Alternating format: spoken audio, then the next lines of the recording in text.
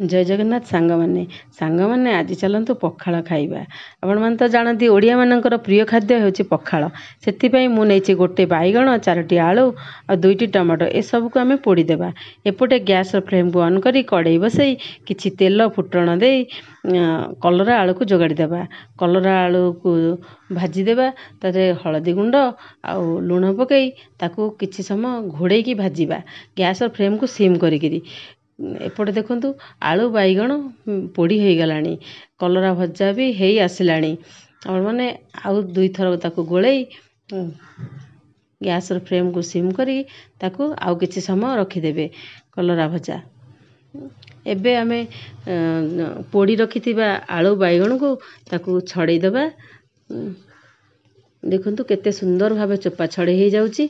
आपण माने तेतिरे किछि कटा पियाज आउ किछि कंचा लंका आउ सोरिष तेल दे देबे। सोरिष तेल देई ताकू भलो भाबरे चकड़ी देबे। देखंतु केते सुंदर भाबरे चकटी हो जाउची। आलू आउ टमाटो सिझी जाइची केते सुंदर भाबरे। एपटे आलू बैगण चकटा को रखी देबा। तापर आमे गोटे तावा बसई करी सेथिरे किछि सोरिष तेल देबा। सोरिष तेल देबा आमे आगुरु गोलई रखिथिबा अंडा बैटर को सेथिरे देई देबा।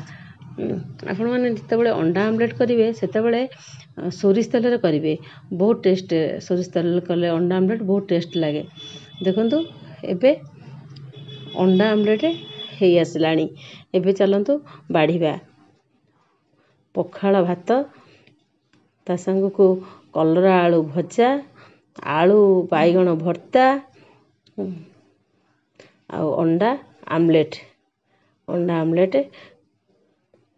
काकुड़ी पियाज आउ कंचा लंका आउ टिके लुण भात रे किछि लुण पकई देबा। लेंबू कटा लेंबू खंडे दे देबा। एबे चलंतु सांग माने खाइबा। आपण माने जदि मो चैनल रे नुआ आते प्लीज लाइक शेयर सब्सक्राइब करबा को जम्मा भूलिबेनी। रोची सांग माने देखा आउ गोटे वीडियो रे। जय जगन्नाथ सांग माने जय जगन्नाथ।